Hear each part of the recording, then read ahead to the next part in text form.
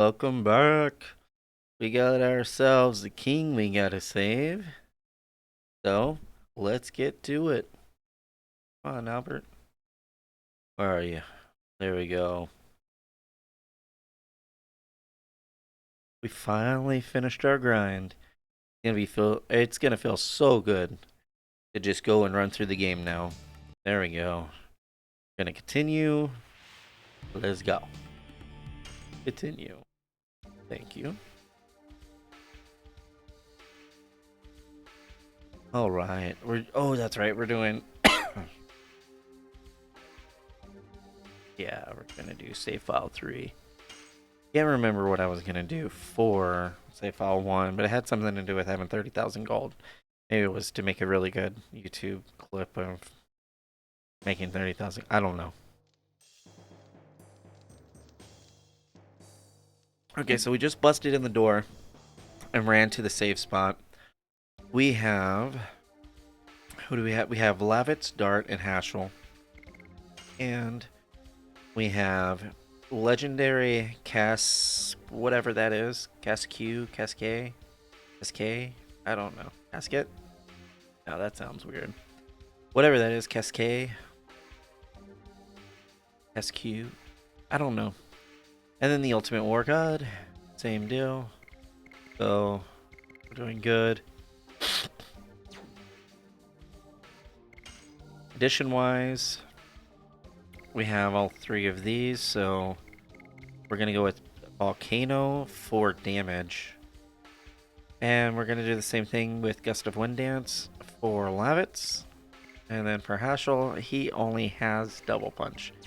So that's as far as his additions go. We do want to make sure we have whatever items would be supporting us. Let's take a look. We have 28 out of 32. Any of them look useful? Oh, yeah, they all kind of look useful. That's good.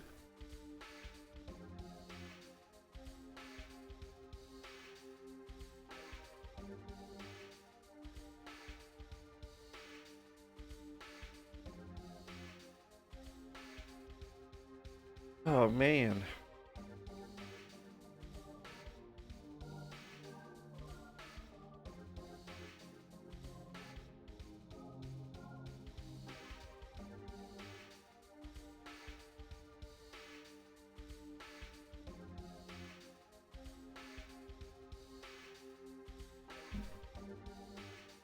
Alright, well, we're gonna have to really look through this place, because I don't want to miss anything.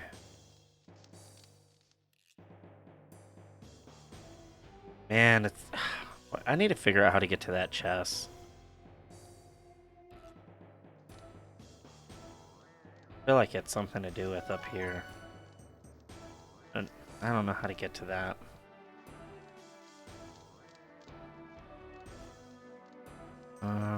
I even get up here?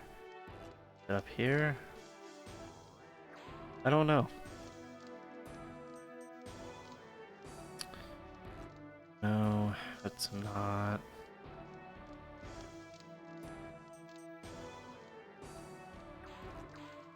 Well, let's see where that goes anyway.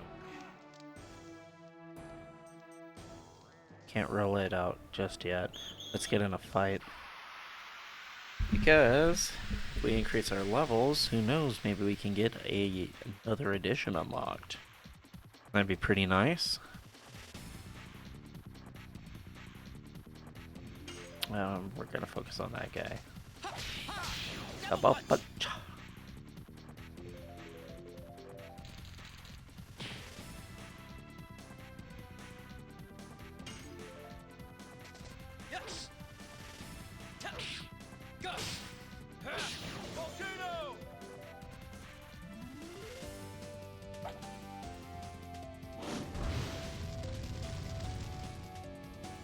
Oh, thank goodness it was magic.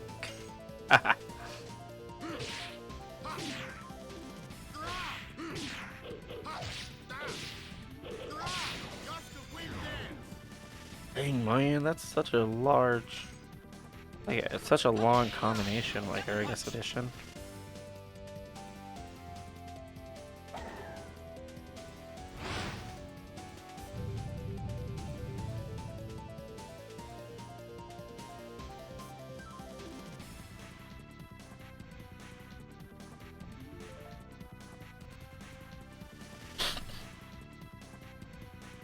Oh shoot, I was supposed to have a phone call. Might have to start up the stream again. We don't know that yet. Man, that was exactly an hour ago. Dang it, I knew I should have done something. I'll be right back.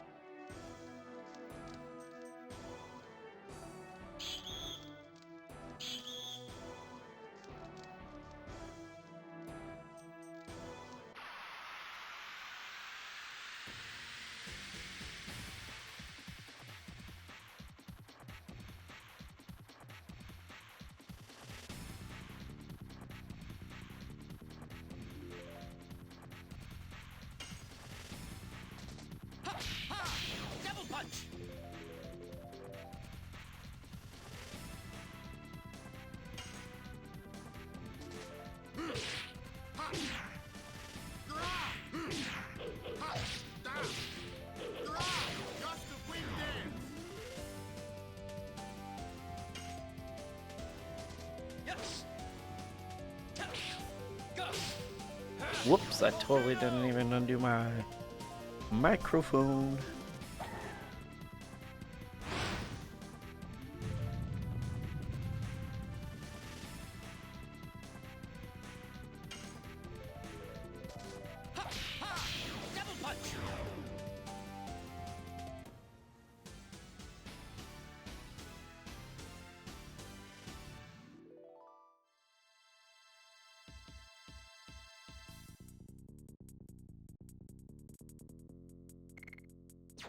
Good,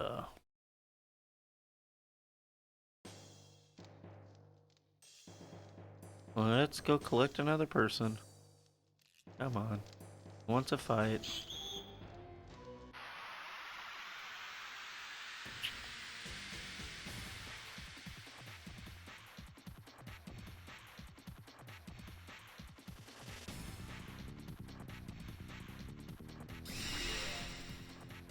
Guardian Spirit. Yes.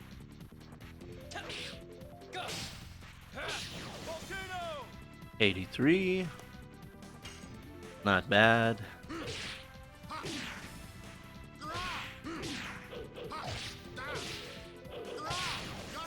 And that attack looks so brutal. Such a vicious attack. Double punch.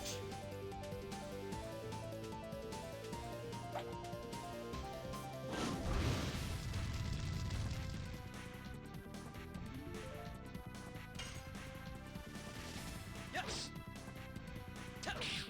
Go. Volcano.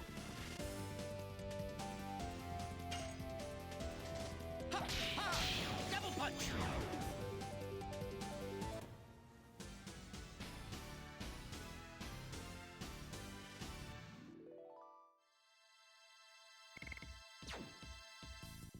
Anybody? Anybody else? Thought I saw 3 of them.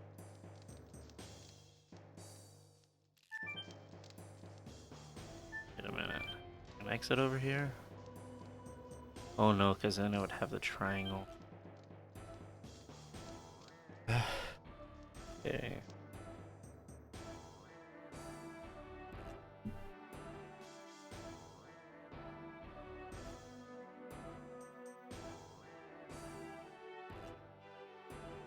We'll go back the other way.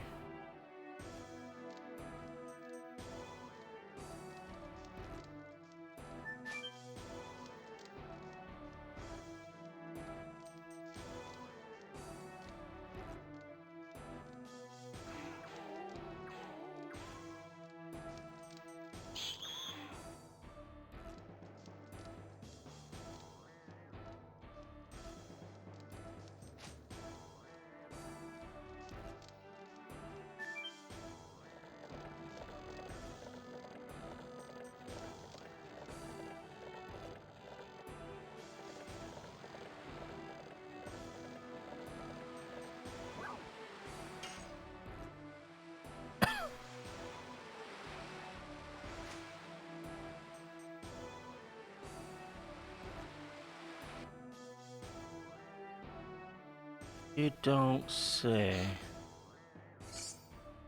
Felt hat? That good?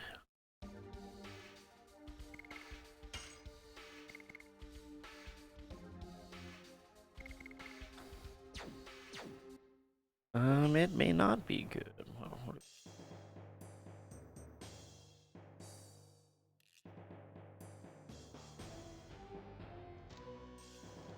ooh. Okay. I'm guessing that felt hat would have been useful later, or I mean earlier in the game. Fired therapy ring. That.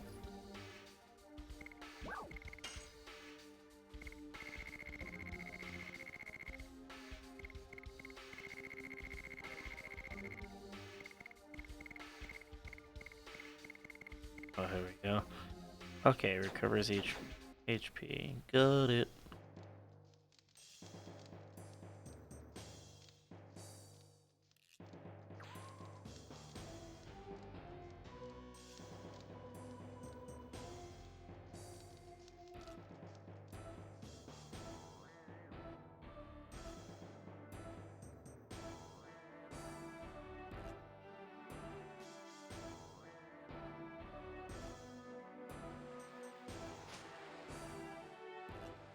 What about you?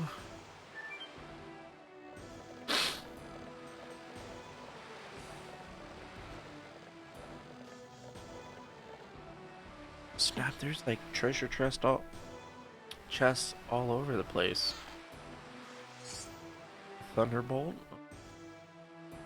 Just holy crap, it does. Silver embroidered vest. That sounds like a Haschel thing. Didn't he have weird named clothing?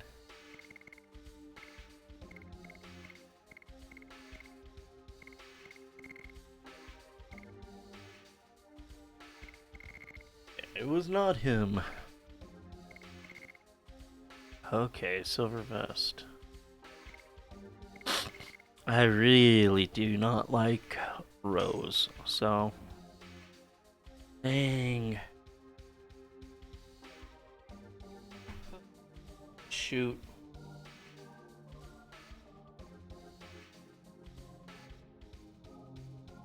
Alright. Alright, we don't know what that's gonna do. Revives from death with a given probability. That's a. I mean, we should not sell something like that.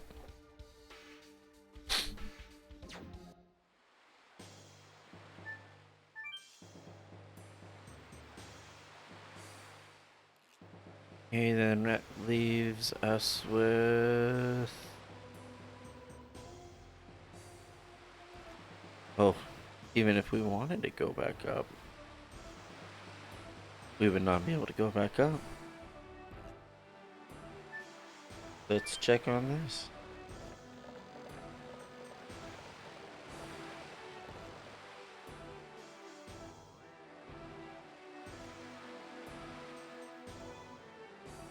Go in here. Pick up this chest.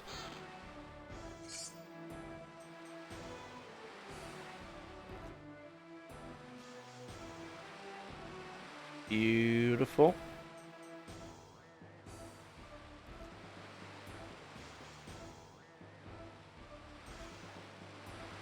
What? Alright.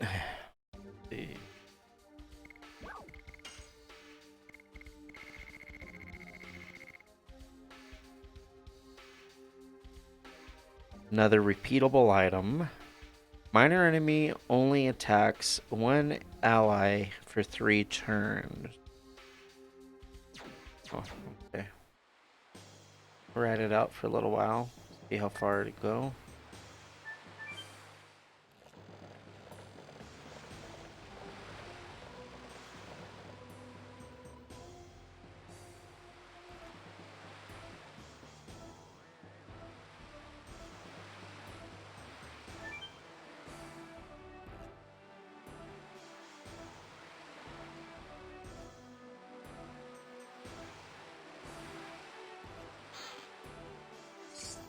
Leather armor.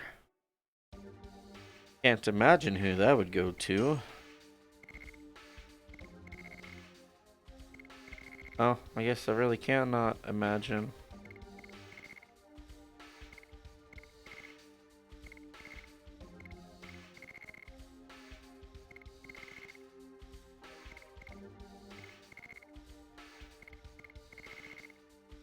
Leather.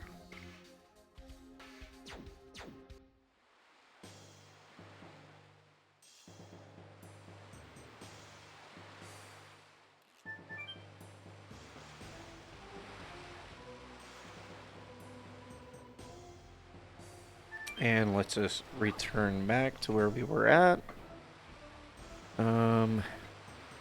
Actually, we are not. We're gonna go up.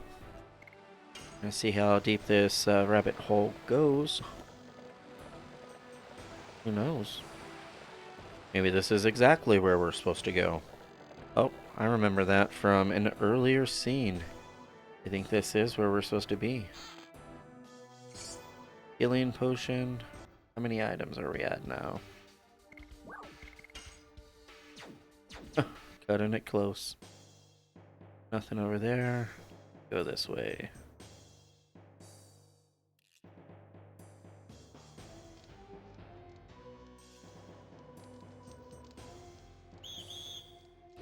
Uh-oh. Oh man, I forgot that stinking monster's down there. Ambush, huh? Take us to King Albert, or it'll be your last breath. Brave, brave. Alright, alright. Well, go ahead, pull the ripcord. Oh, there we go. Knew it was gonna happen at some point. They say monster. Yes, gotta go fight it.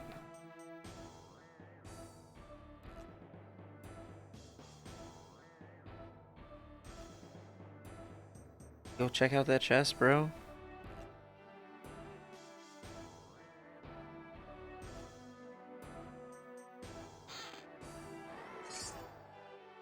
What the heck is that?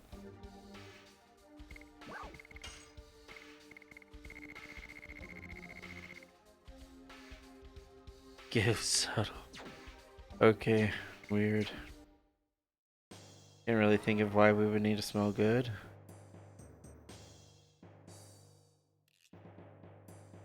Alright.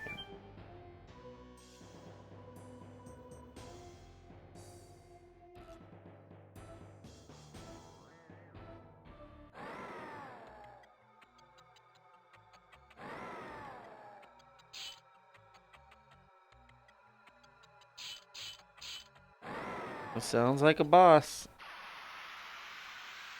Feels like a boss.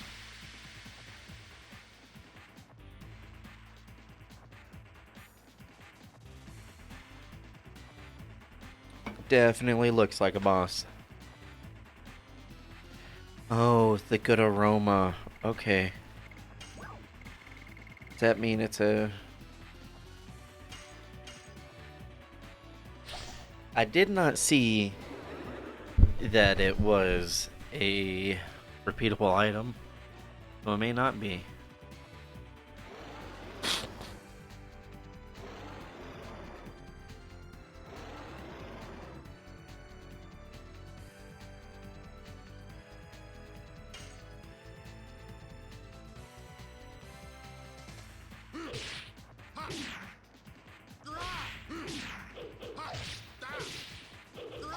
Just a wind dance.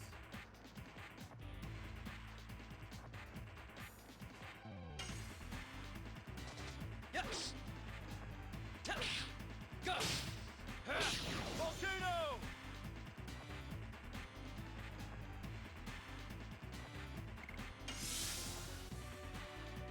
Yeah, dude, you needed a heal. For all we know, you're about to get effed up.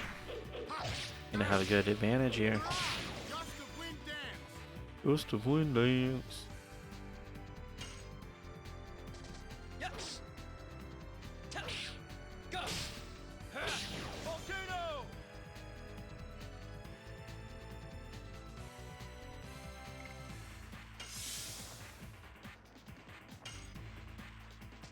Yes. Go. Volcano.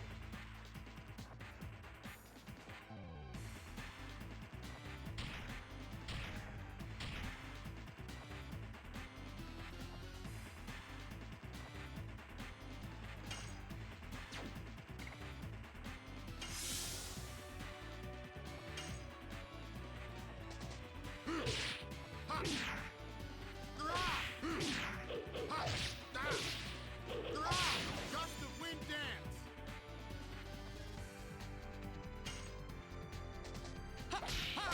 Double punch.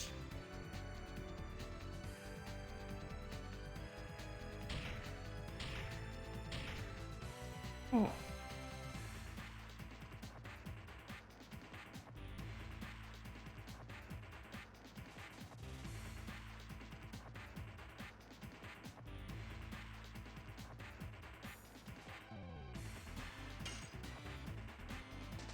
Yes. Go. Volcano.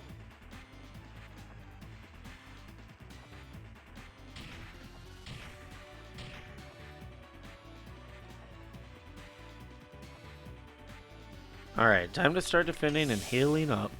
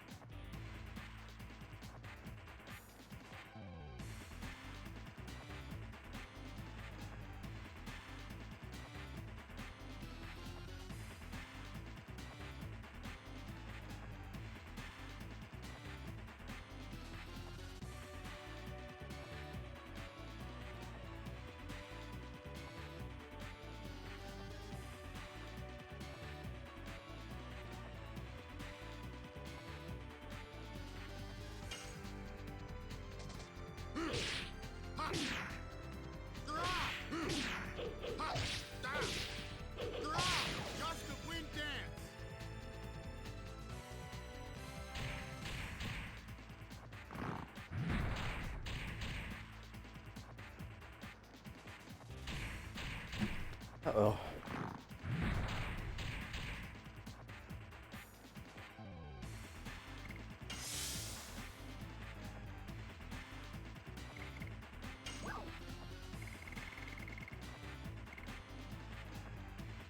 Uh.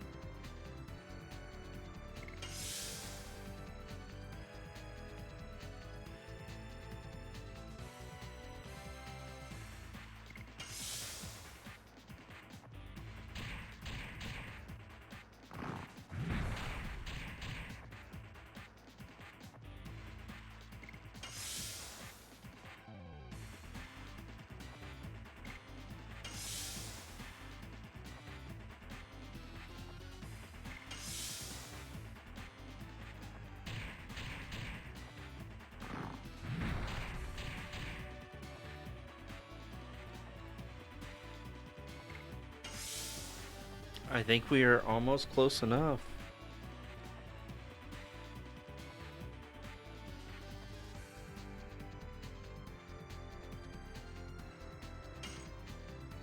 I think we are close enough. Ha! Ha! Double punch. Yeah.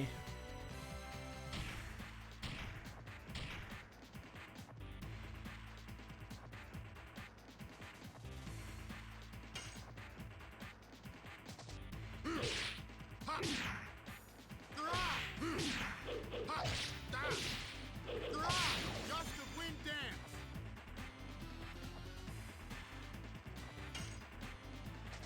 Yes.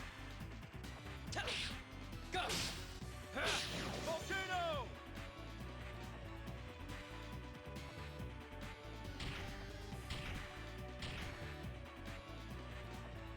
Woo, that's a pretty heavy hit.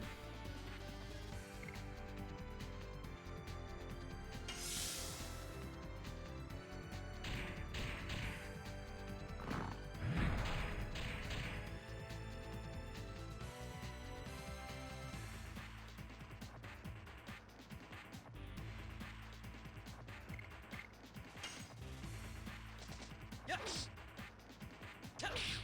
Go. Volcano.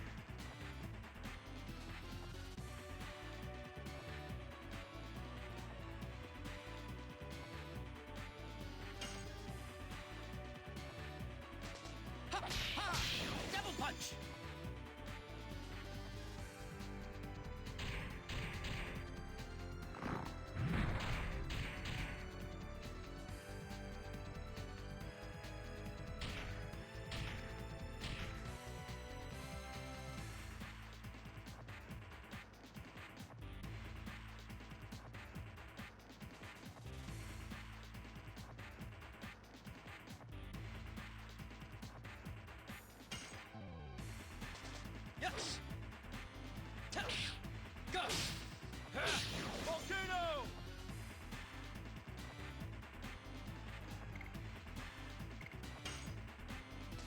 Ha! Ha! Double punch.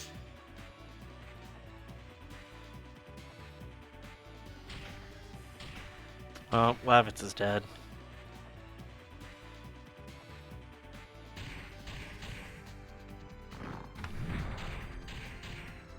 Dang, man. 5.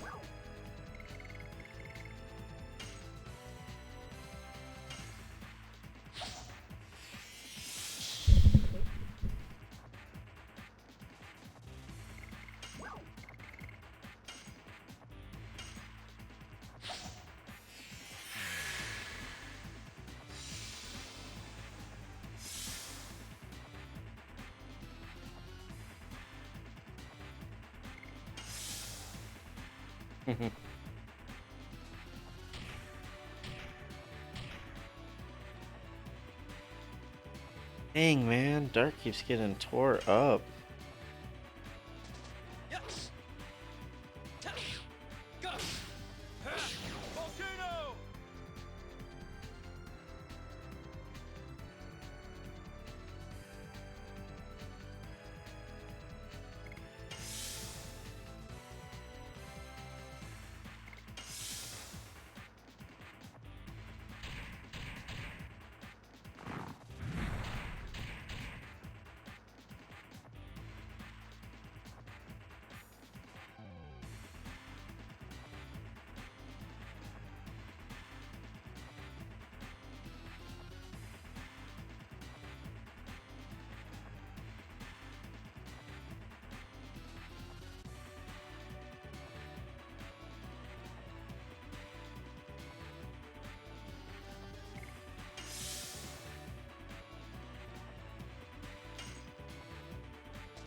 Yes. Go. Volcano.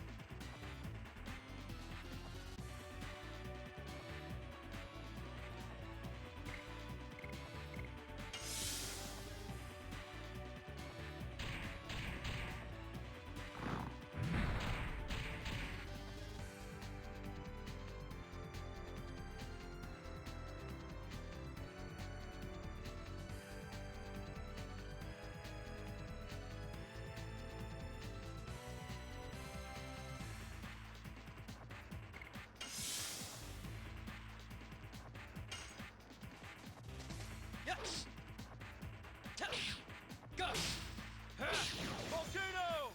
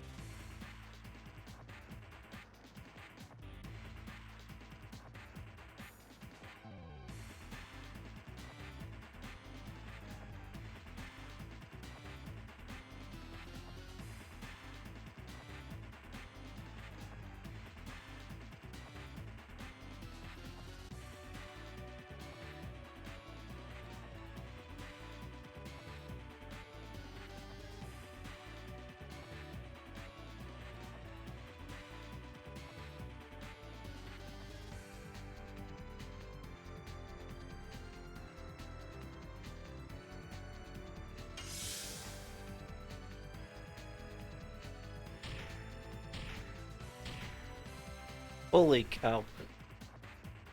Holy cow, what am I doing?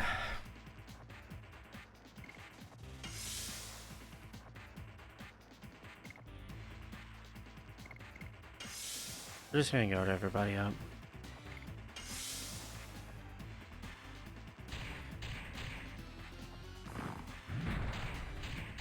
Six.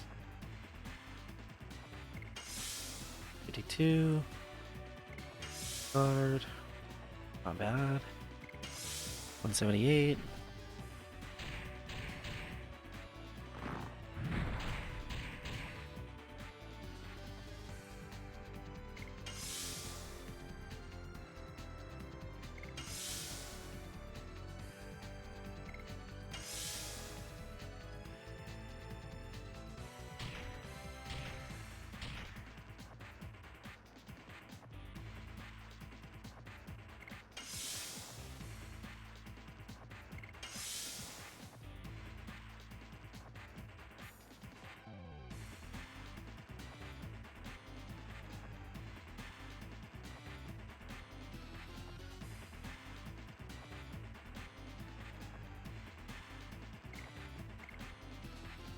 Probably get away with attacking with him.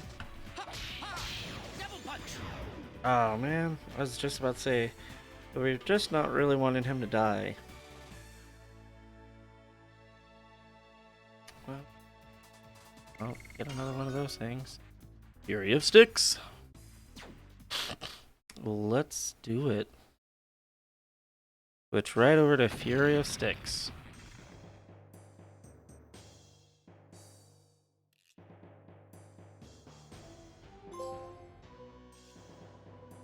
There's another interview in front of us.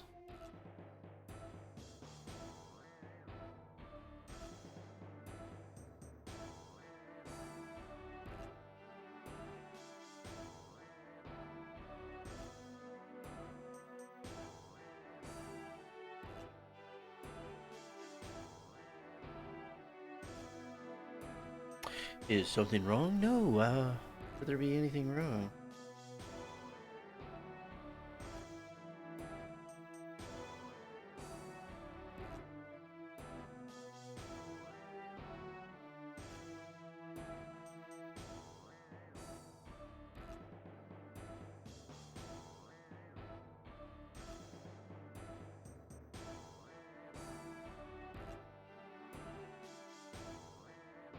Do it.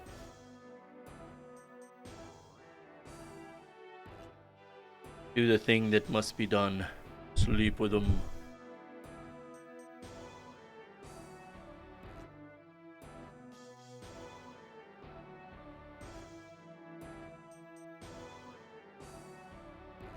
Oh yeah. Ah, Fury of Sticks. Dang it.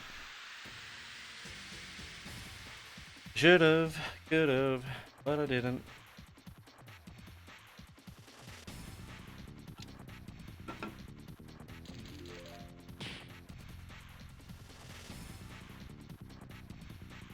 We'll kill one.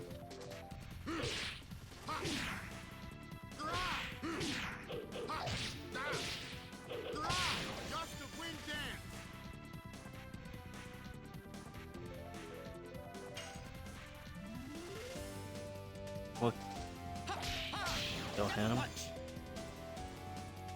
Done him. There we go. Yes. Go. Volcano. Too late, bro. We're already about to start the healing phase.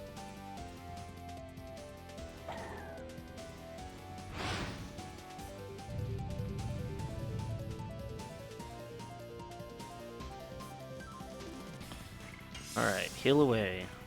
Gotta remember not to attack. Don't attack. Do not attack. Gotta remember, no attacking. I'm gonna forget and fucking attack. I just have a feeling.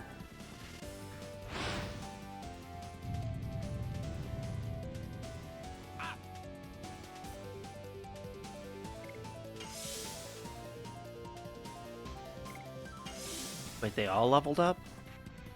That's cool. I didn't catch that.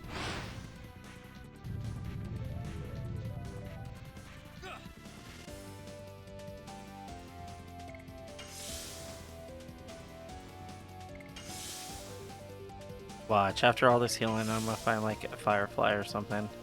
The healing ones, and it's not even gonna be an issue.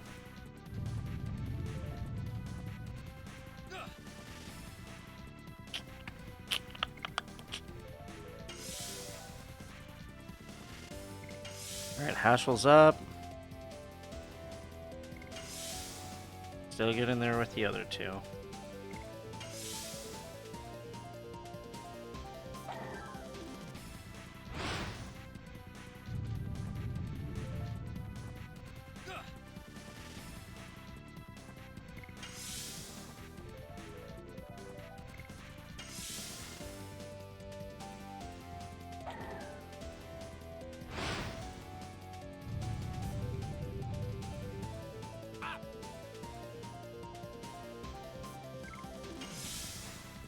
A little bit more for Lavitz. Alright. Guard and Hashel are up. Waiting on Lavitz now.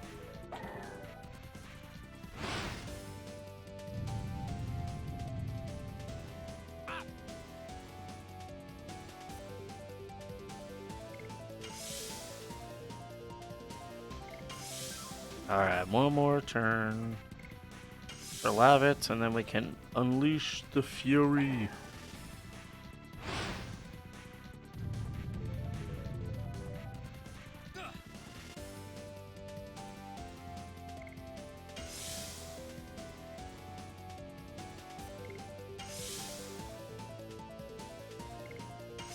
There we go. Now we can attack.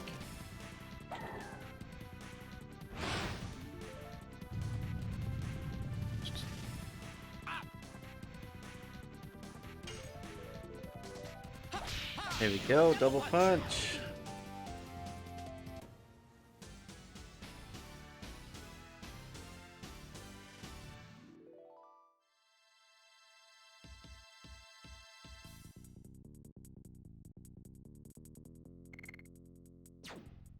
Okay, let's update your edition.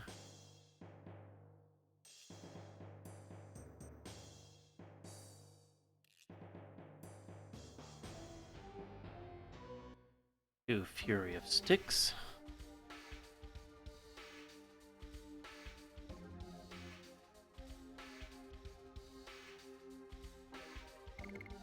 Edition. Oh, okay, so it's already 150. Okay, cool. That's an easy transition. Like almost no expectations for it.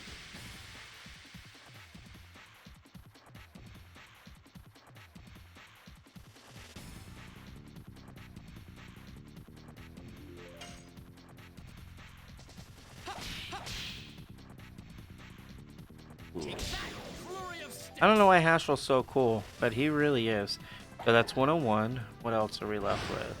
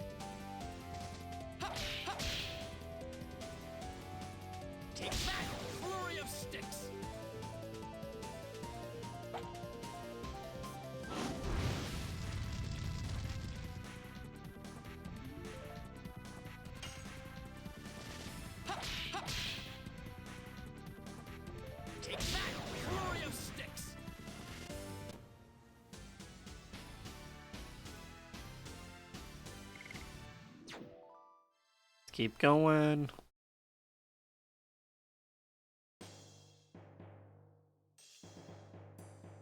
Oh, there we go.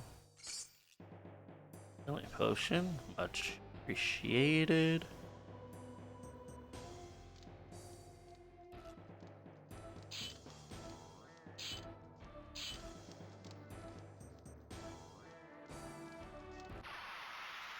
Well, let's just be realistic here. If I beat this scary monster, what's the likelihood of you beating me?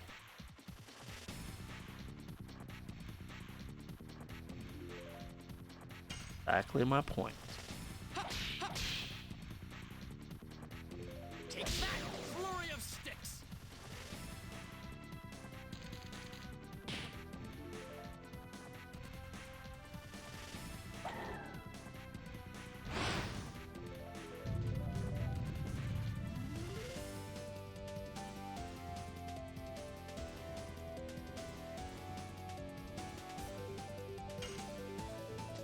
Yes! Go! Volcano!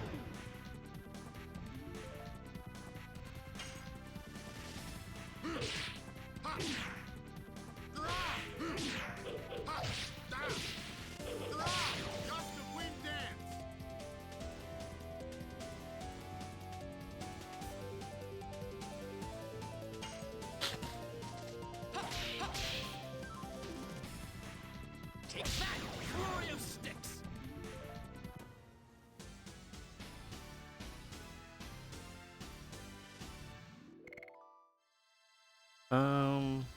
You're nowhere near level. Keep pushing.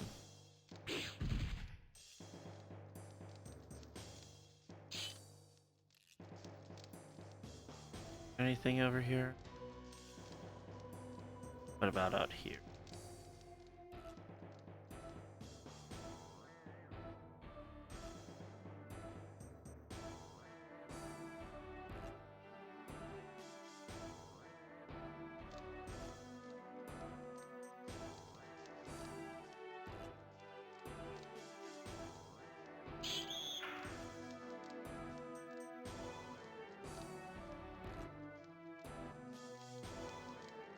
Okay. Tell us where he is.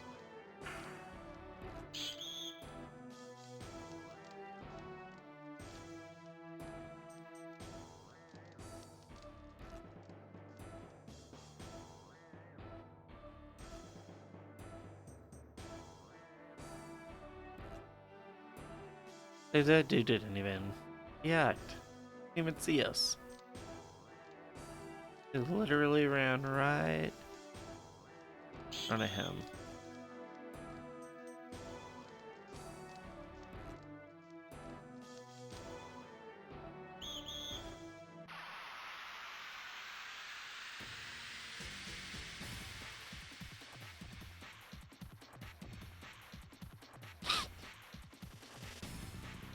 What is the chickens doing here?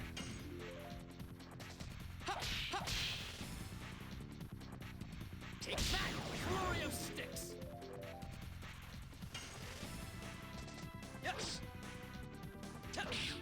Go! Volcano!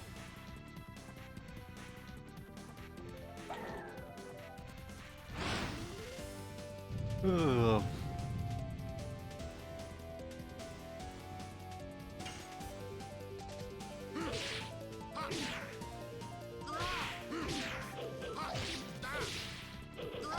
Just a quick dance! 115.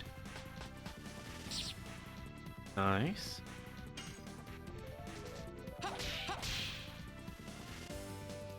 Take that! Flurry of sticks!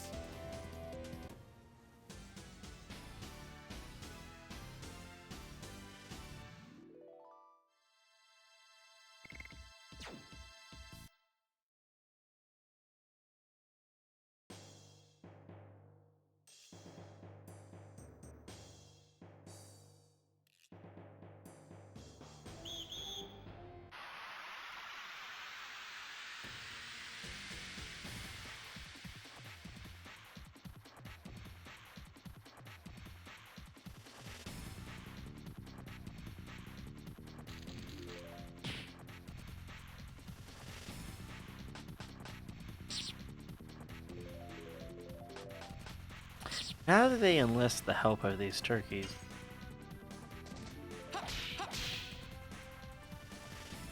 Take that! Flurry of sticks! Yes!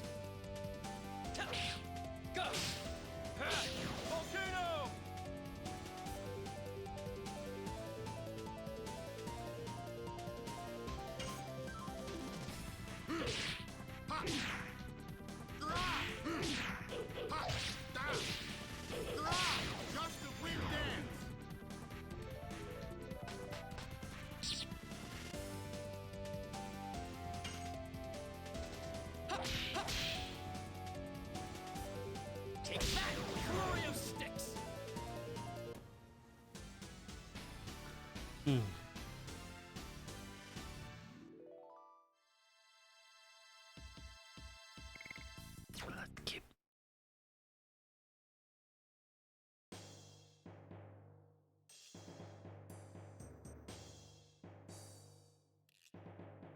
Oh, there we go. Broadsword. Was that an upgrade?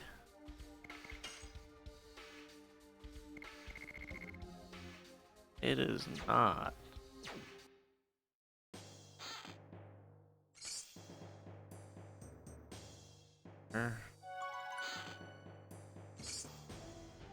Huh.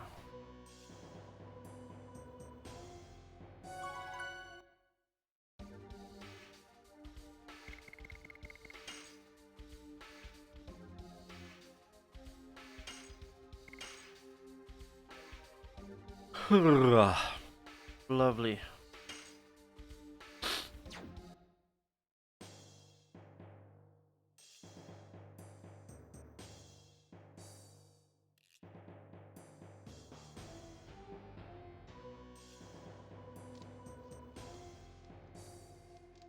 There we go.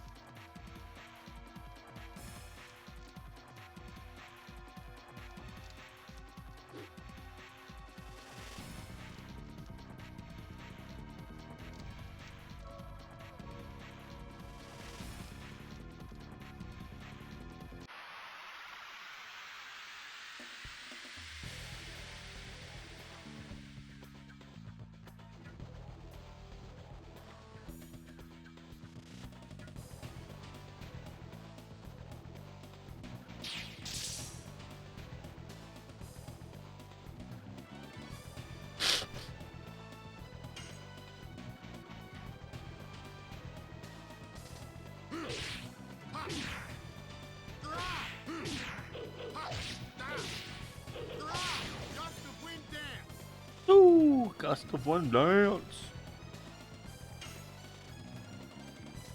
Yes. Go. Volcano.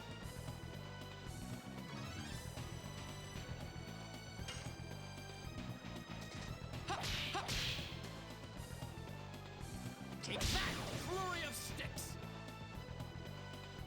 Eat this.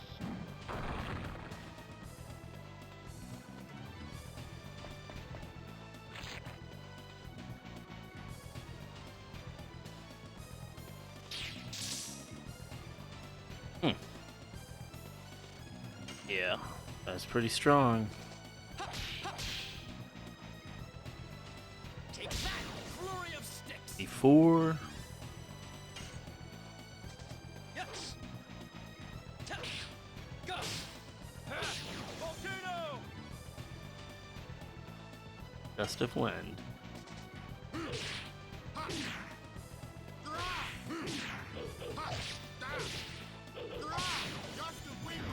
Ooh.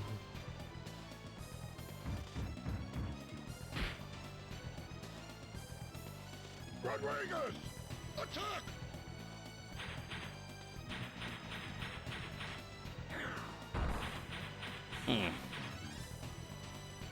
That's not so good. Time to get Rodriguez.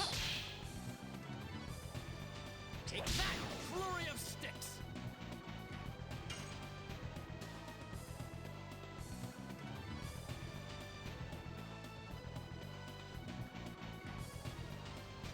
Yes.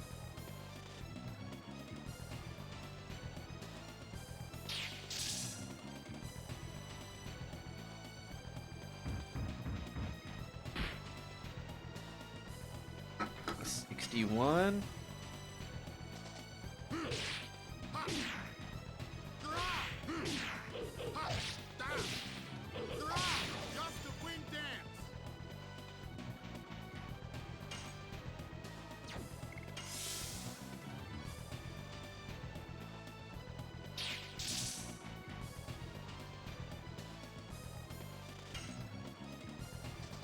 Yes. Go. Volcano. Haha. Beat this.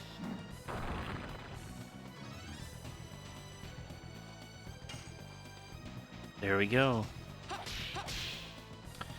I force a one-on-one. Flurry of sticks. No animals involved.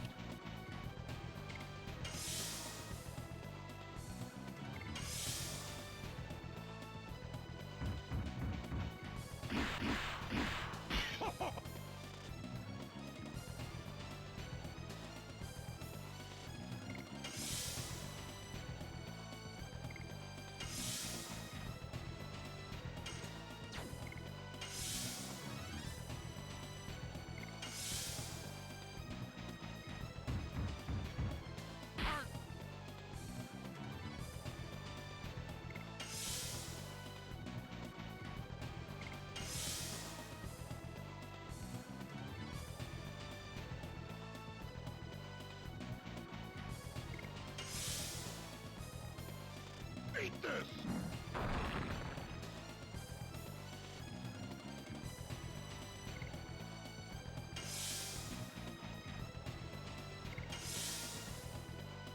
We're nearly back.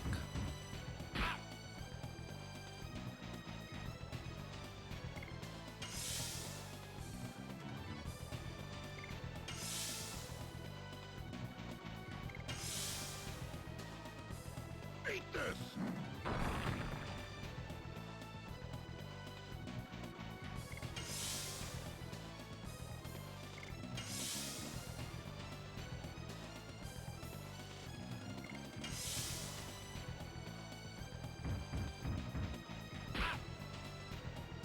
I can't even wait any longer. Let's just kill him. Take that. Flurry of sticks. 101. Yes. Go. Volcano. 92.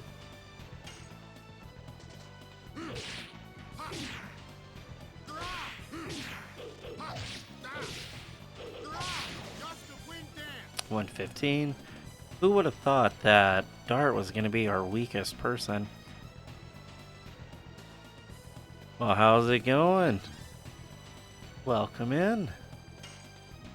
What are you up to today? We're over here trying to save King Albert. Dart his ass. I'd remove him if I could. Yeah, no doubt. But who would you replace him with? Is a bigger question. Yes. Go. Volcano. Daddy-daughter streams. Oh, that's so sweet. Maru, Hashel, Rose. Ah, you like Rose. Okay, you gotta tell me why before I start hating. Because I mean, I don't personally like Rose. Like, I love her story. I don't like her as a playable character. But maybe you can change my mind. You know, you never know. Take that. Flurry of sticks.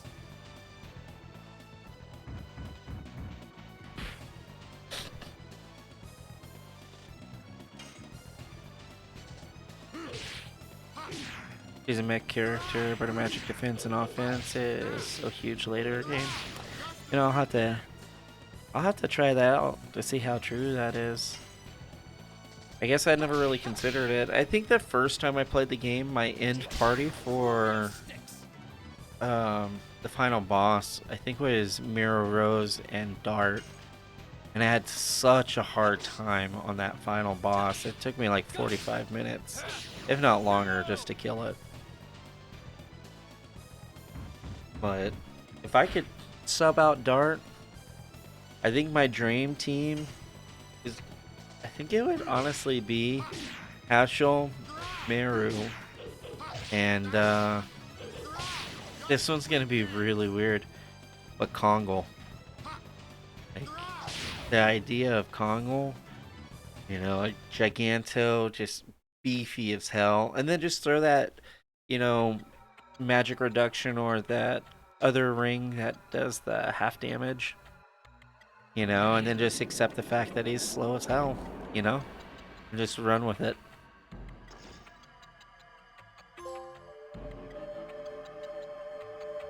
Yeah, he's so slow. He really is. See, that's one of the things that I'm gonna experiment to, or experiment with, because if I'm not mistaken, we get boots that are really fast, and I know we have the bandit ring, but instead of acknowledging that bandit ring,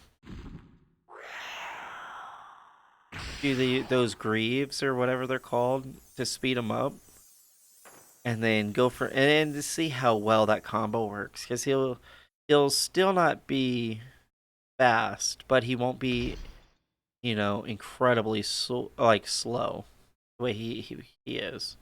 I don't know. I'm gonna play with it. I'm gonna see if there's any way that I can buff him up to be usable.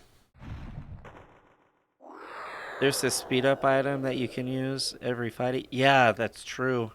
There's like 10 repeatable items.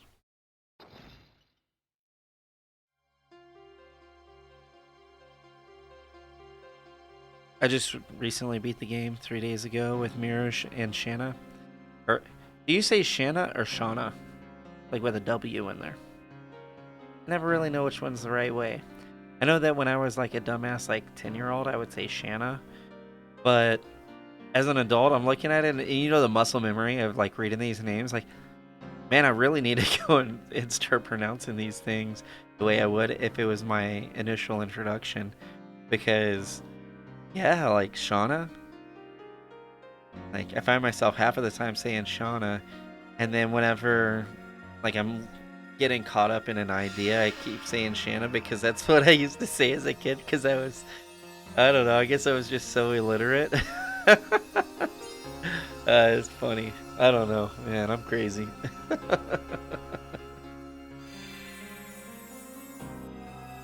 Man, I think if they did remaster this game or remake it, it'd be absolutely wild. And especially if they opened up the world even more.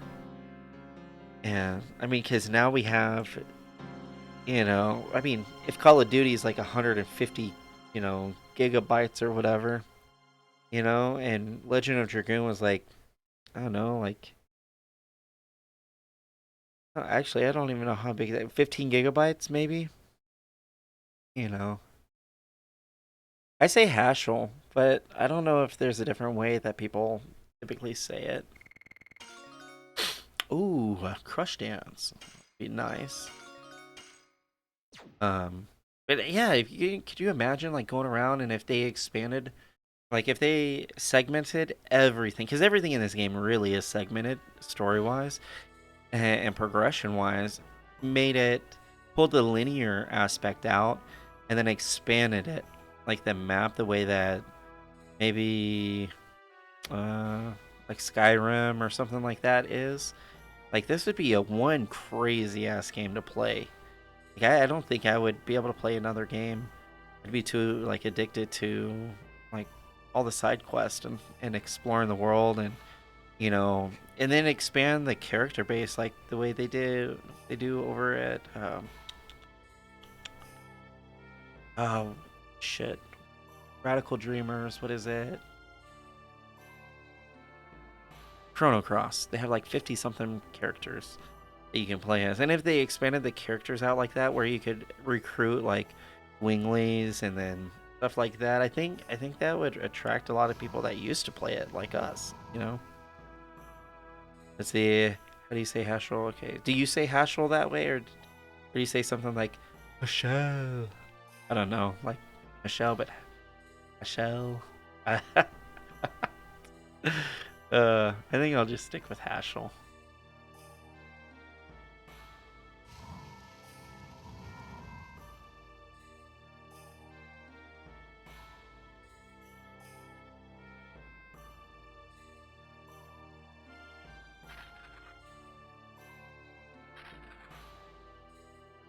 Man, all those survivors. Not a single one of them. They started cleaning up the town, and it was like months, if not years, have passed since this town burned to the ground. You know, it should have had some sort of progress towards being, recovered. And then who the hell builds a storm cellar that deep? Like, oh my god, that's huge. Like, can you imagine going to your backyard and having that as your storm cellar? Like, that'd be insane. Yeah, it's just 2.5 stories deep and made out of all concrete. I owe you and love it's a debt of gratitude. Not a not a problem.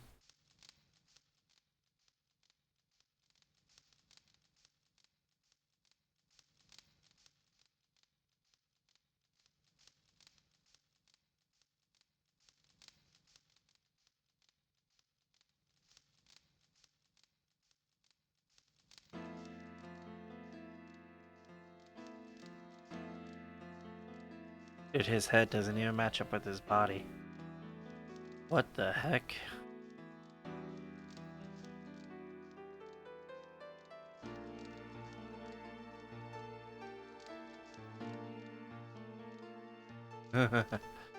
Just to see their 3D rendering, not like a 2D forced into like 3D perspective,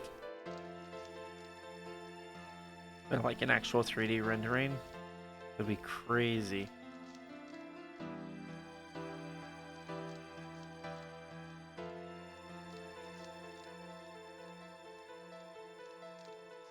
Have something we gotta do. Yes, we do.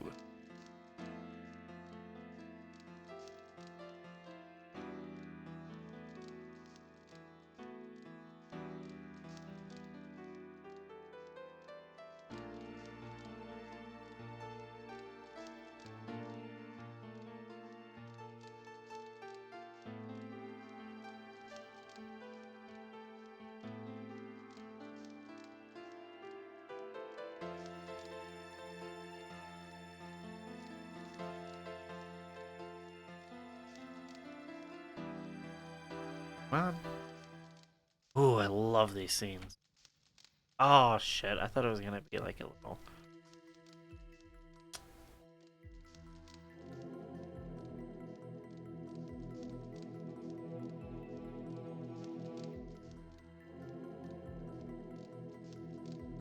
Yeah, no, man. What the hell? I was hoping it was gonna be like a little movie, but I guess they decided not to. Like I think the little movie things that they have in here, uh, like are incredible. Like the last, like when you finally beat the game, the last cutscene, like so good. Like I wish they would make like a movie because it'd be so freakishly entertaining. Like I would sit there and watch it. Like Advent Children, like that one was so good. Like they could easily get away with it, you know, especially with this. Can I ask you something without sounds? I mean, you can ask me anything. You're free. You're good to go. I mean, if I'm offended, I mean, I'll just, I guess not answer. Just say, hey, look, I don't know. Pretty transparent. But go for it. Don't worry. I'm not going to kick you out or nothing like that.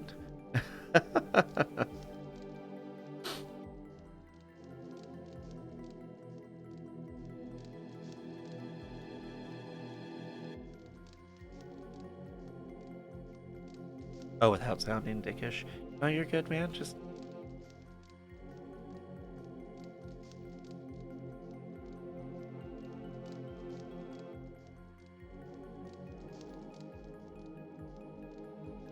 Okay, here we go. How did you hit affiliate every time I come in or see you? It seems like you only have 1 or 2 viewers. So much more curious because I'm on the affiliate grind. Not trying to be rude or no, no, no, no. That's a good question. Honestly, I'm surprised out of all the people that are coming in and out, no one asked that. So back in 2020, I got laid off because of COVID, and they just couldn't afford to keep me employed. So I, of course, like a lot of people, jumped on the free money bandwagon that unemployment was given out. And so at that time, Mixer was huge. And who were they? They were owned by Microsoft. And they really are. I really love that company. And so I was streaming RuneScape back then. And I actually have a pretty decent Iron Man account. It's like a challenge account type. It's 100% self-sufficient in a free roam world, non-linear at all. It's a really good character builder. Um, so I started on Mixer, and like I started gaining traction really fast, and before I knew it, like I was always having like, like 15 or 20 people in my streams. Well, Facebook bought out Mixer and then forced us all to either join Facebook streaming or whatever they call that, Facebook gaming, or they forced a lot of us over here to Twitch or to, YouTube. And YouTube at that point was like really bad. Like nobody would ever in their right mind go over there unless you already had an abundant, amount of people that would follow with you. And that just wasn't happening out with that game. So I went to Twitch, and a lot of my followers went over there as well. And at that time, like it didn't change. I mean, I was still doing like 15, 20, 30 viewers every stream, and it's pretty decent. Um, and so as far as hitting that rec, I mean, your first week, I mean, you fill out all your hours, your requirements, and then if you're consistent and you upload your schedule, that helps a whole lot. And that actually helped reinforce, that viewership, is because they were always able to look on my profile or ask or whatnot, and then they would be right there reminded, hey, look, here you go, this is when you can catch me next. And then you kind of let them guide where it goes, and then you get that retention. And I think what was it, the retention's only like 15 people average or something like that. So it was really easy to do. And then as far as the engagement, um, that wasn't bad. Here, let me look at what it is exactly.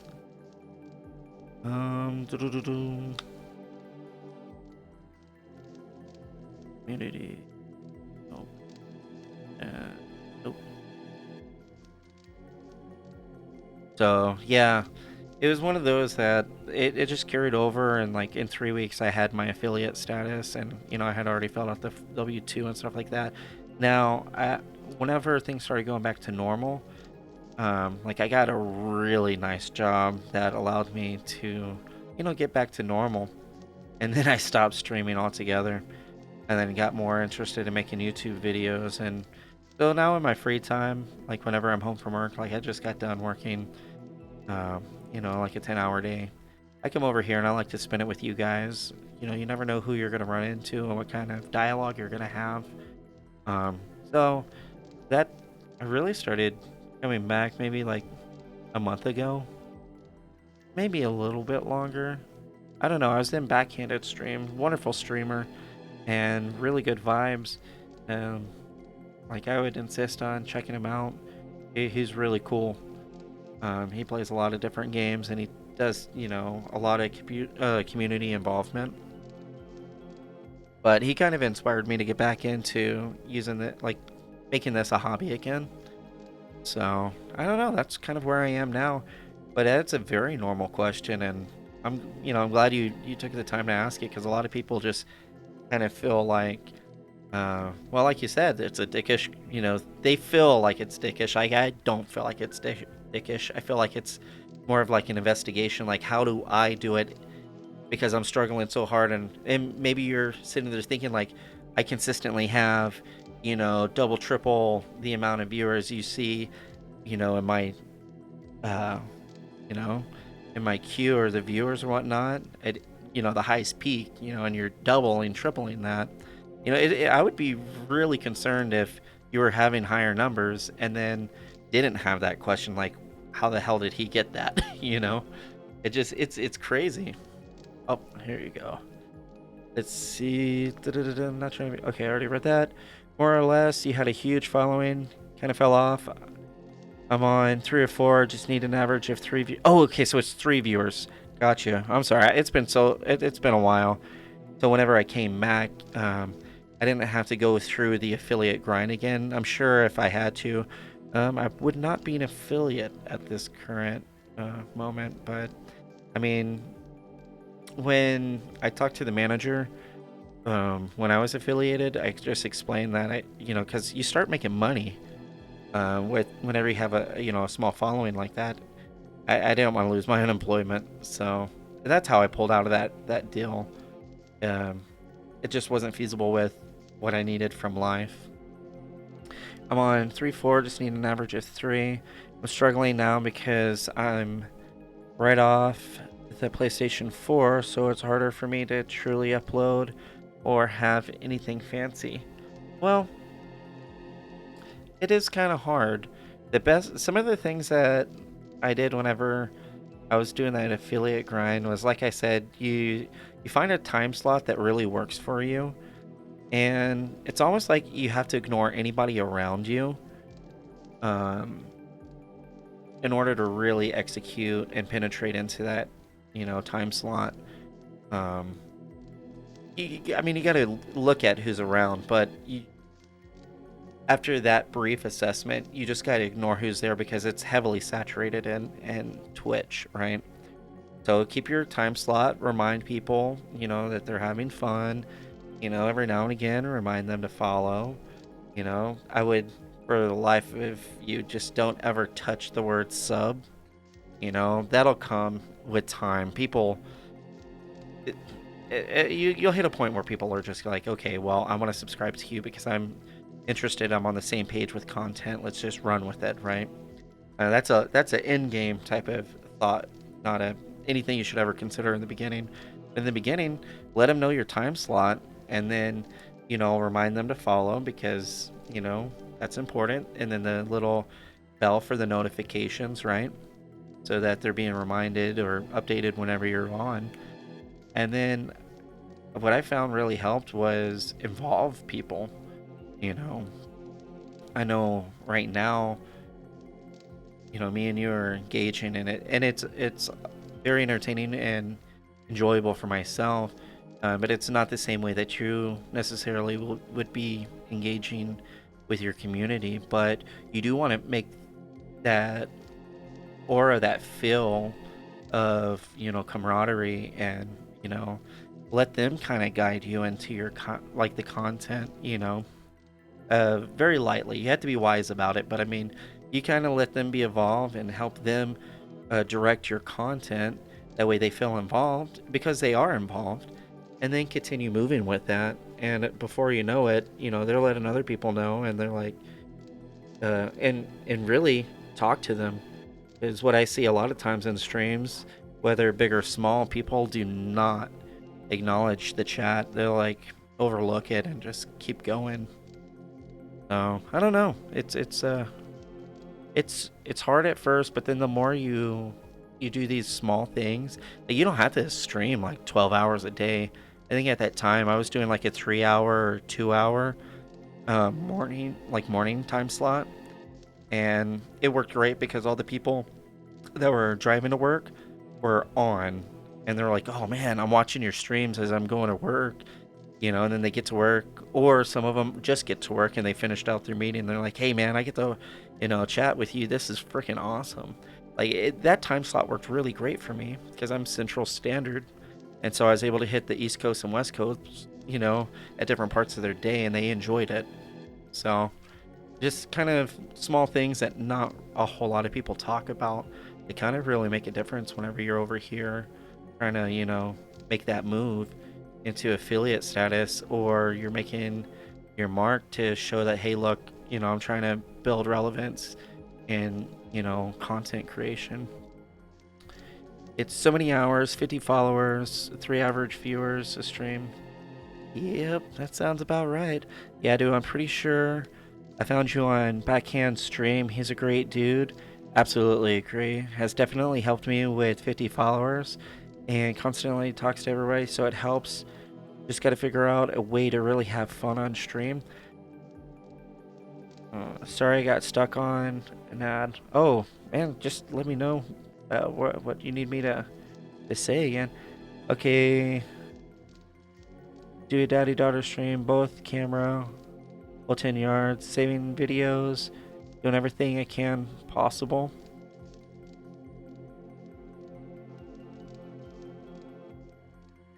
Nice to see you home. bought a yard saving videos and do everything I can. I like backhands, for instance. Does his during the day while everyone is at work on lunch. It helps.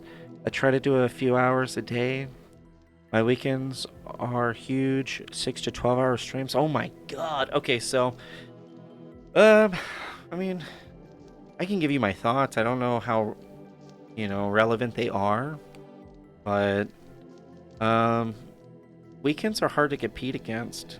Like definitely beyond, but I wouldn't personally commit 6 or 12 hours unless you are unless you already plan your day around just playing games, just for the simple fact that you want to play games and have that as like a free for all kind of escape. Um, but those numbers 6 to 12 are scary because then it takes away from your 3 average viewer um, requirement. I found that a lot of people that focus on streaming longer actually have less success because of multiple reasons. The content you have to plan out, like you plan it out like a journal. Uh, you can even break it up into different hours or different segments, as per game you're playing. If your game is like a very linear chapter like, game, cool. If you're streaming with your daughter, you already have something planned out. Regiment that planning into like quantify it. You want to have some sort of unit of measurement for how long this takes, and you really need to critique the time assessment for each thing, because you want to have that time chart for yourself, and then you want to have a like 10% in between as your buffer.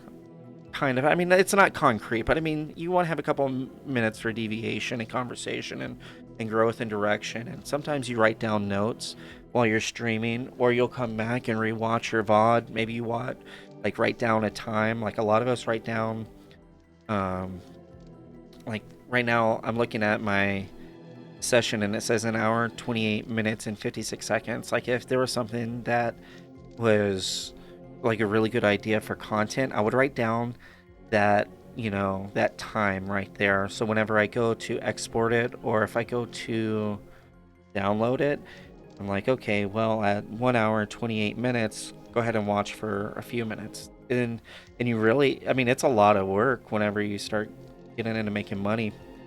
So timeline your content and consistency doesn't mean quantity though. Like you don't have to do like 9-10 hour streams, because then that cuts your viewer average to pieces. But you have consistent small streams, you tend to have a lot better results, and then it's a lot easier to facilitate what it is that you're doing. And then the most crucial thing that I always tell everybody is burnout is a real thing, and no one seems to really get that until they're burned out.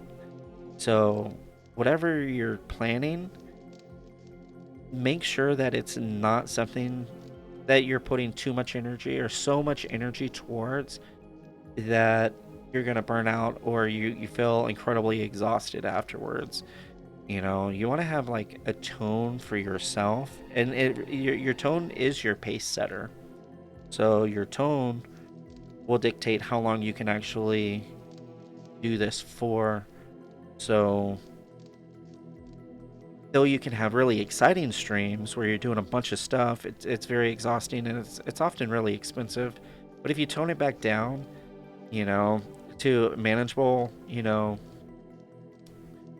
fluctuation, nothing too great, nothing too poor, but moderate excitement, you're able to hold on to that a lot longer, and you'll be able to do it for a lot longer of a duration. Not necessarily like a 3 hour stream, that'll be very achievable, but I mean, as far as duration, like you'll be able to sustain that for a year, 2 years, 3 years, 4 years, 5 years. And that's where that burnout, um your burnout really happens at the 6 month mark, where you're like, shoot, man. Like you get a small one at 4 months, you're like, man, I've been doing this for like 4 months and I still don't got anything.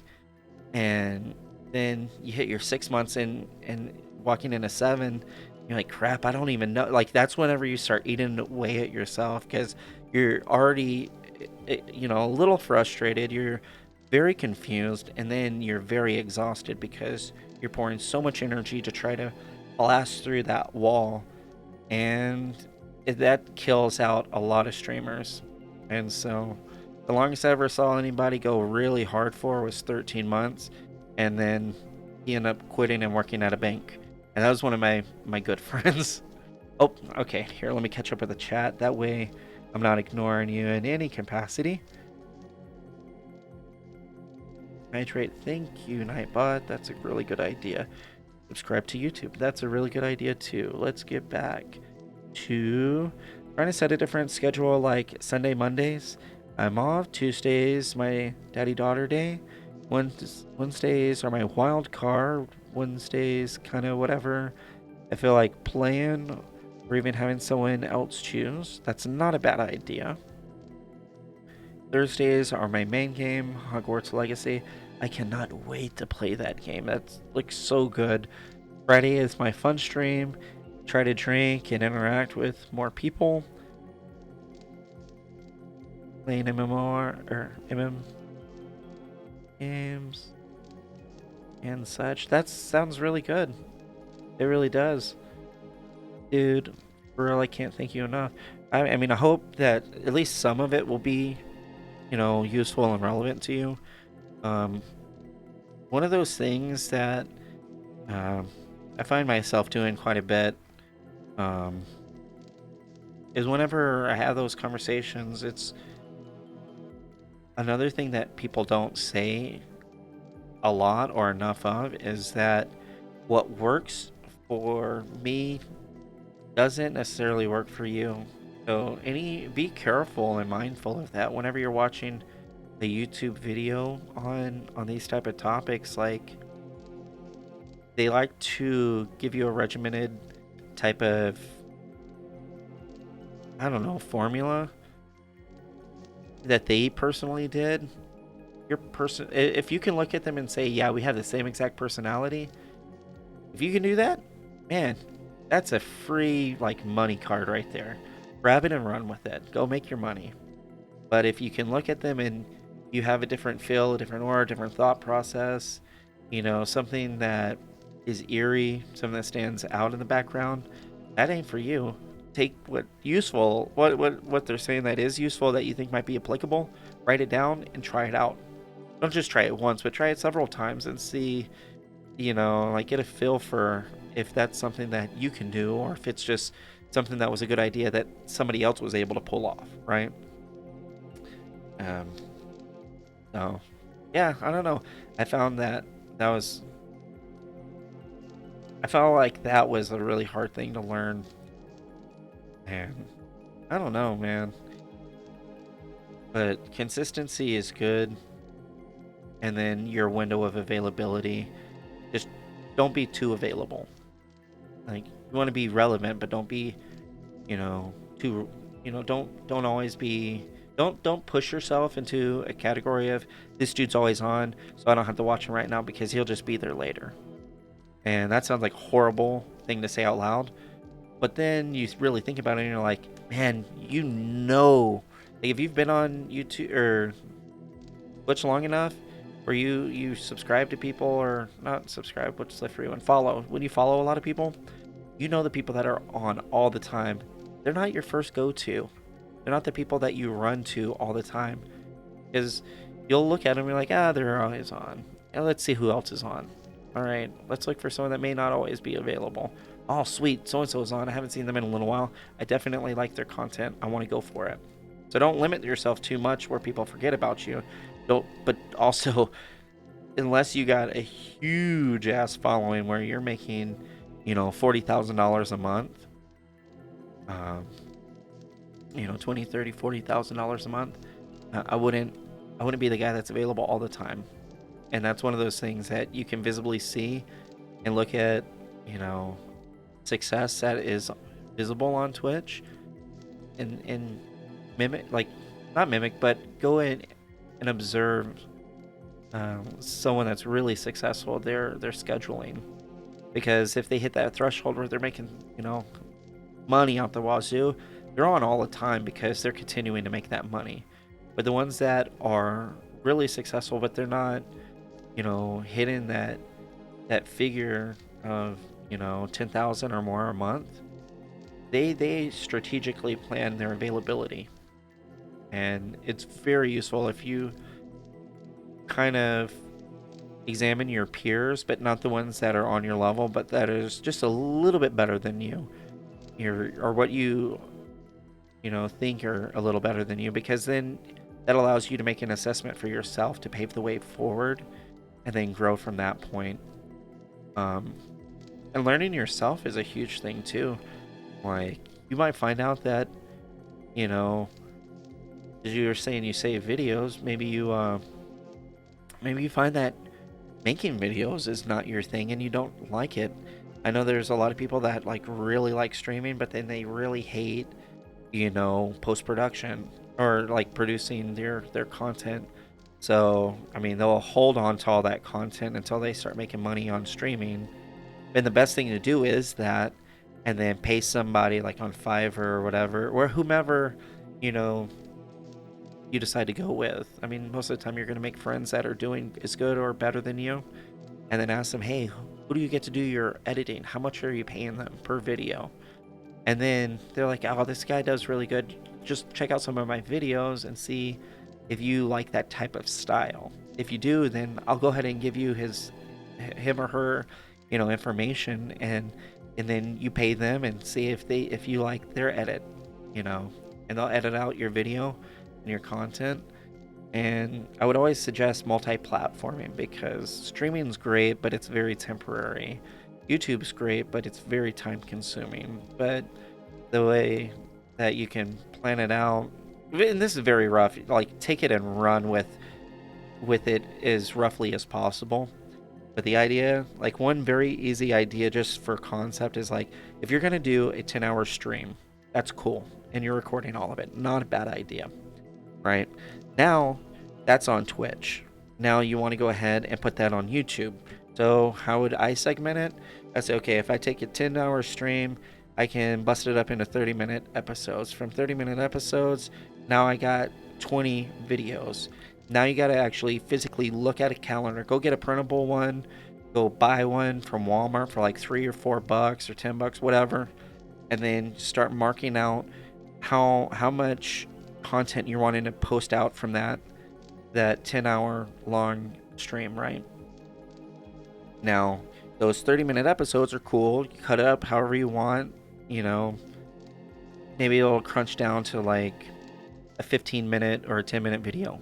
That's still okay. You don't have to use every bit of footage if you don't want to, or you don't think it's useful. Maybe it is useful. You never know. Only you can decide your content, And then from that 30-minute segment that you busted it into, take that and also create multiple shorts or reels or whatnot. They have to be a minute or less, because you want it to fit on every platform, and the minute is your threshold for that. So whenever I upload to like YouTube, TikTok, Instagram, and stuff like that, I'm making sure that whenever I'm producing that short content, it's a minute or less. And really, I found like the 15-second mark is freaking outstanding. It does wonders, because people watch it and it's enough for their attention, and that's all you need them for, is that attention. And it's a reminder, hey, look, I'm relevant, I'm here, I'm producing content. You can check me out on long form, or you can check me out live. And that's the whole point of it.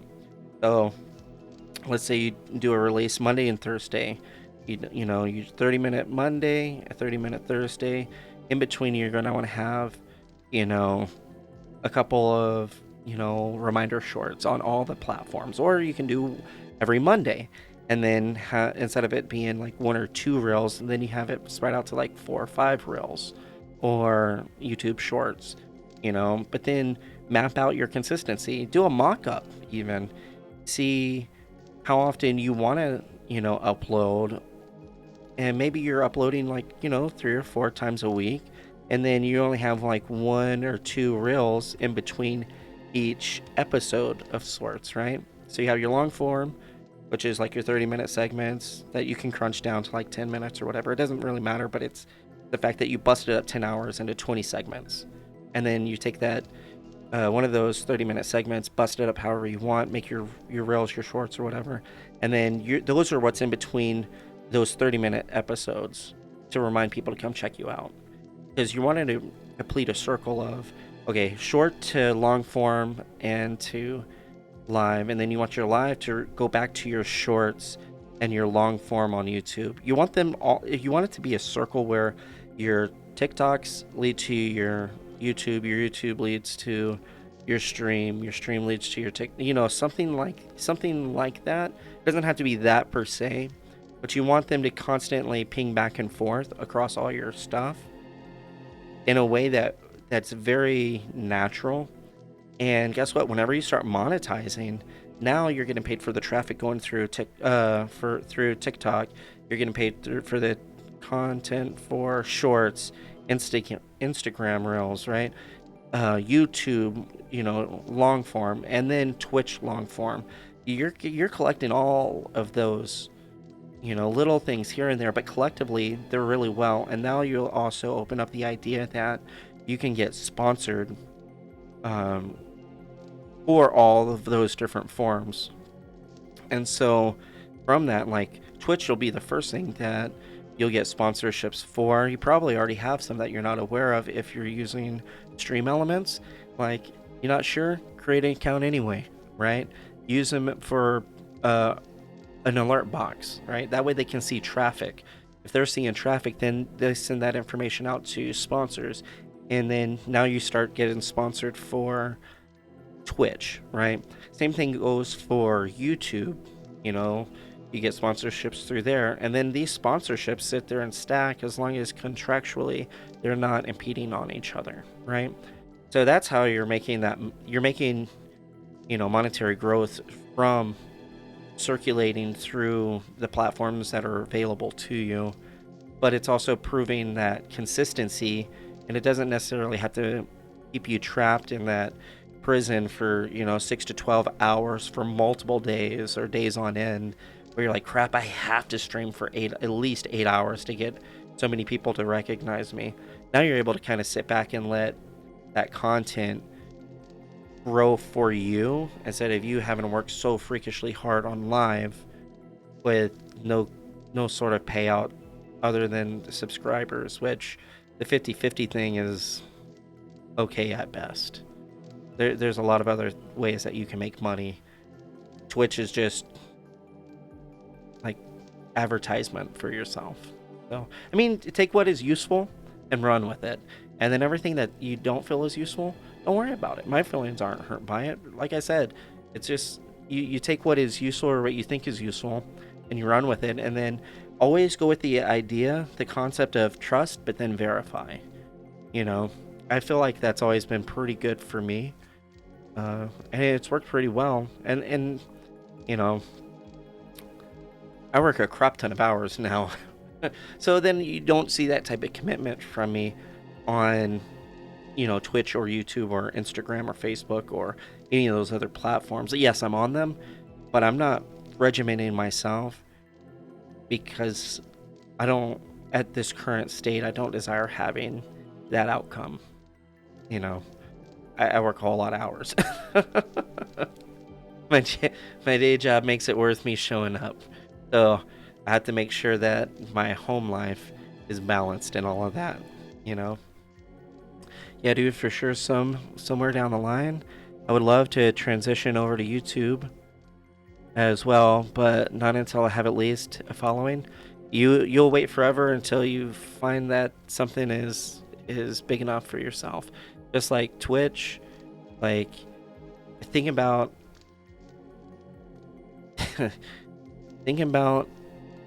that same concept with Twitch. Right now you have 50 followers, and that's outstanding. That's awesome.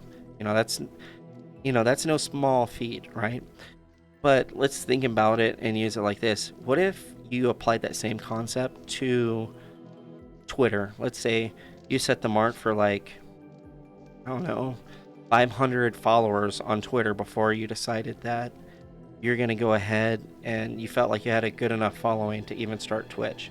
Now let's go ahead and retrospectively look at that and say, hey, look, given your current knowledge on Twitch, would you give yourself that same advice of like, oh, you know what, you're doing the right thing.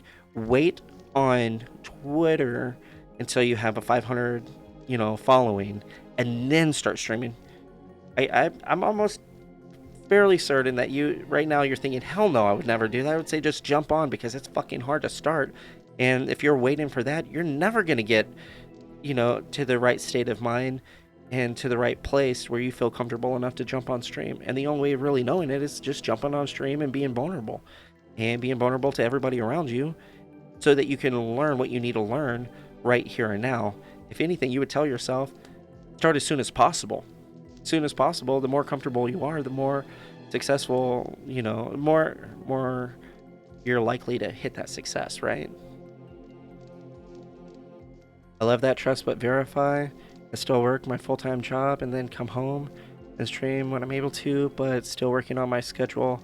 So just the little things, absolutely, you're not even wrong. Not even close to being wrong. That's a great way to go about it. I set the goal and I kill myself just to hit that, but I'll continue to raise my goal, so I'm never defeated, but always growing. Oh man, hitting those ad rolls like crazy.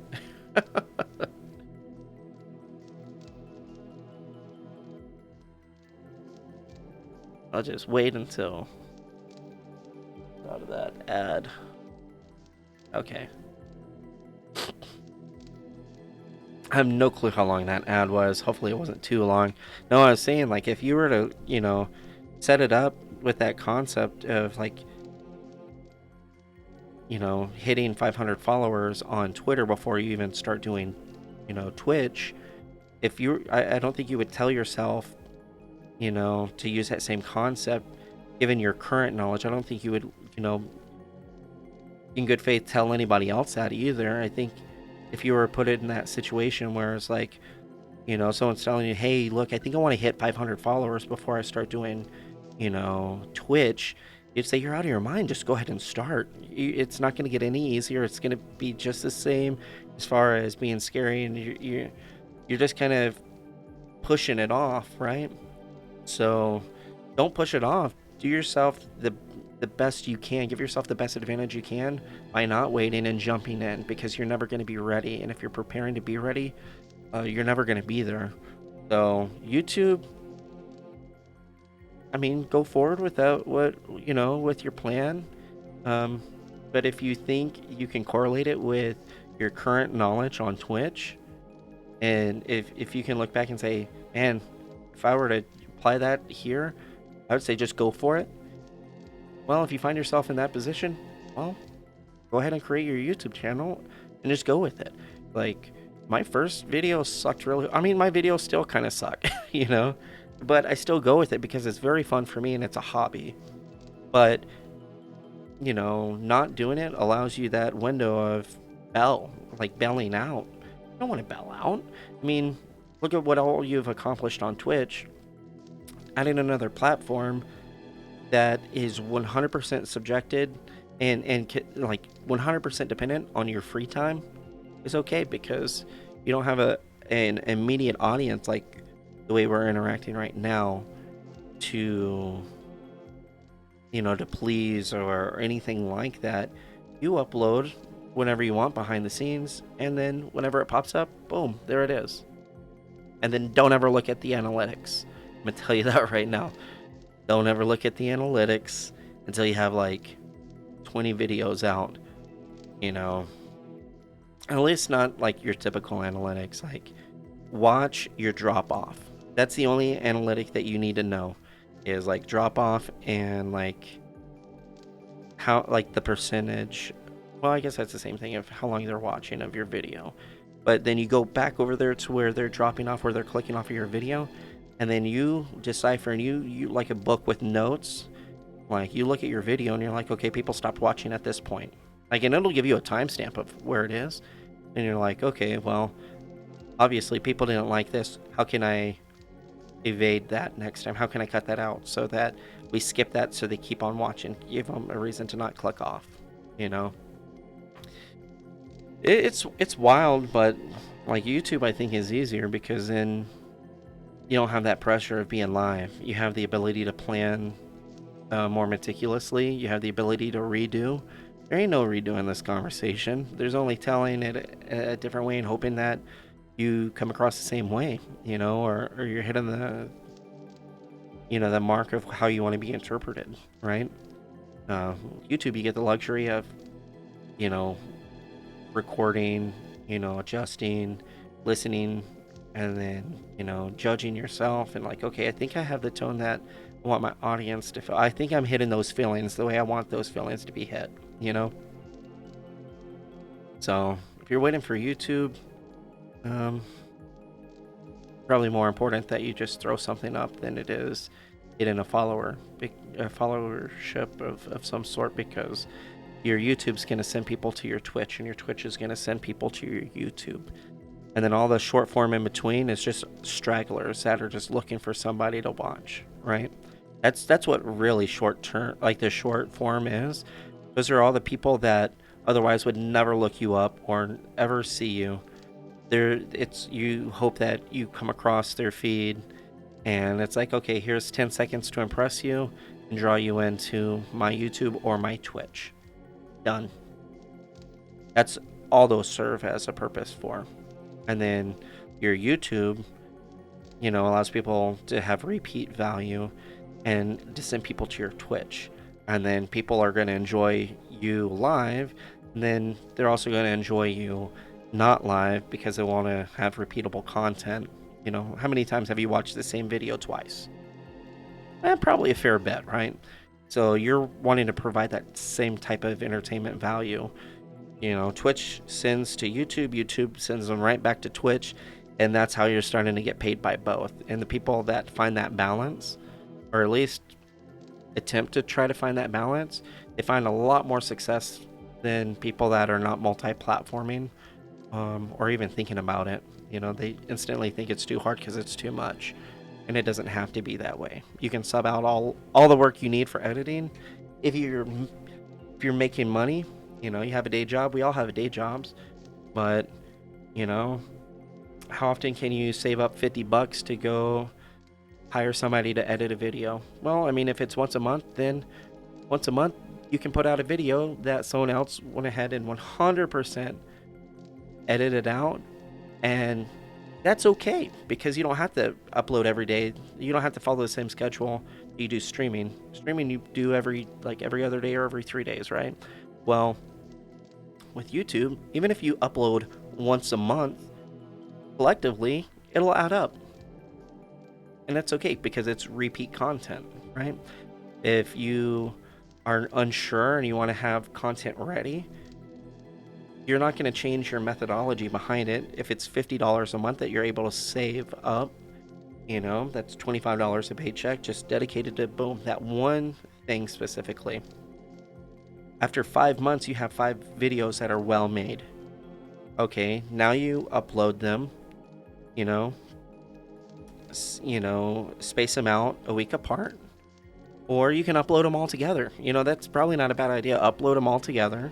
The way they're already there. If someone clicks on your stuff, they want to see that you have more content, right? Oh, well, he has 4 other videos. That gives me something to watch. Cool. Now you're incentivizing them. You're rewarding them for clicking on you for a video that they already liked from before.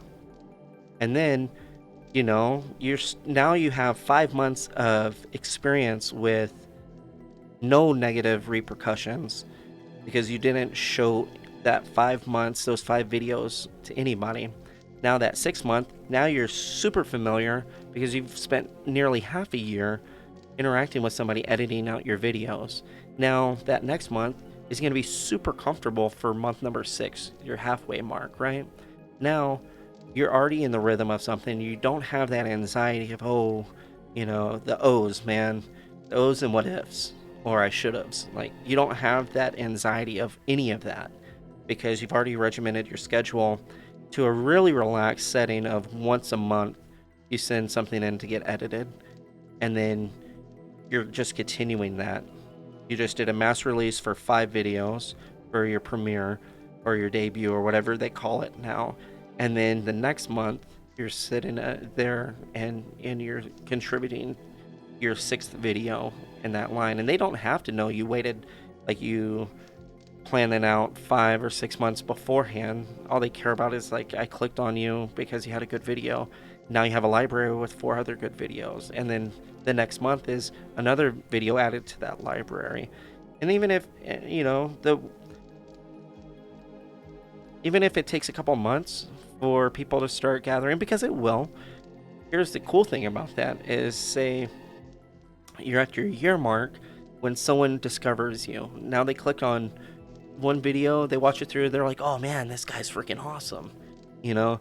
Then they go look at your library and you got 11 other videos because you're now at that year mark, you know, and you still kept that consistency of once a month. You were able to, you know, budget out someone else doing that type of work for you. All you had to do is send them the feed that you already produced live, right? Now you have a year. I mean, you have 12 videos. Boom! At that point, now that you got someone really excited to blow through all your content, and they'll sit through all those ads, and they're gonna sit there and, you know, talk about you and send it to their friends, you know, and you really see that demographic explode, and it's really cool, you know. I think that's the easiest way to start making money, or to start making a footing, because, like I said, it's like ping pong, man. They go back and forth between Twitch and YouTube, and then all the little stuff in between are the people that don't know they want to watch you, and you give them that short 10-second reason that they want to, you know, tune in. I don't know. I mean, take it for what you will. I think you'd be quite successful doing it. Confidence will come later, if at all. That is the realest thing you'll know. Confidence will come later, if at all. And then trust but verify. You know, these are things that you're going to have to accept, you know, one point or another. and you'll run with it, you know. Can you believe it? The content that I'm planning a year from now, I'm already planning it. And it's has nothing to do with gaming per se. Like, I have probably about 10 videos right now that have to do with gaming. Actually, about 20 videos for gaming, right? And then I have another 10 videos, and these are all pre-recorded. They're already, you know, in my hard drive, right? Then I got another 10 videos for an entirely different channel for a different audience that has nothing to do with video games. And it'll be about the proof of concept of doing what I'm talking about right now, and building that trust with your audience, you know, because I'm no different. I'm no better than anybody else.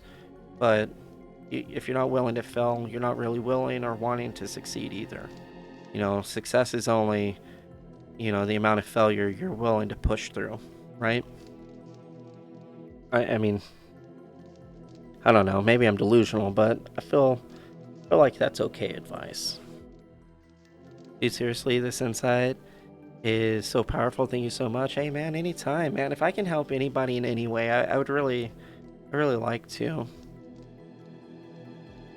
Dude, you will be live tomorrow. I'd love to stay and listen, but it's dinner time. Hey, it's today, Tuesday. Tomorrow I have an appointment. How about this? If I'm gonna go live, I can go ahead and post it to Twitter, and then you'll know. I'll try to be live for at least an hour. But it'll be about this time frame, maybe an hour before. Yeah, that'll be what I try to do. I have a doctor's appointment for my little man, so after he's all squared away, then I can come back and plan out some content. Even if it is talking, this is good content.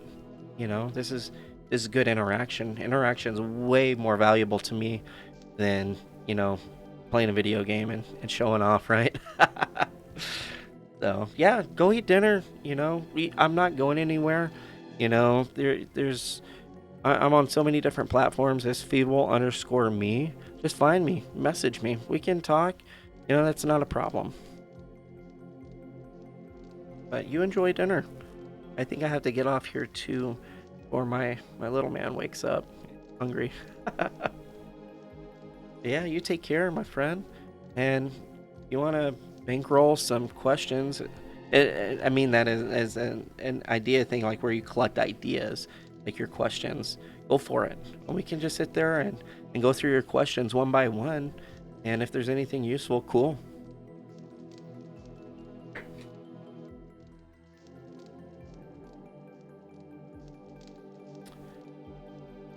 But man, now that you done said dinner, now I'm hungry. So I think I'm gonna go ahead and get off of here so that I can go eat dinner. You take care. And if there's anybody else out there, you know, feel free to ask questions as well. And we'll go from there. All right, you guys take care. I'm gonna run. I'll see you tomorrow. And as always, love you guys. Bye.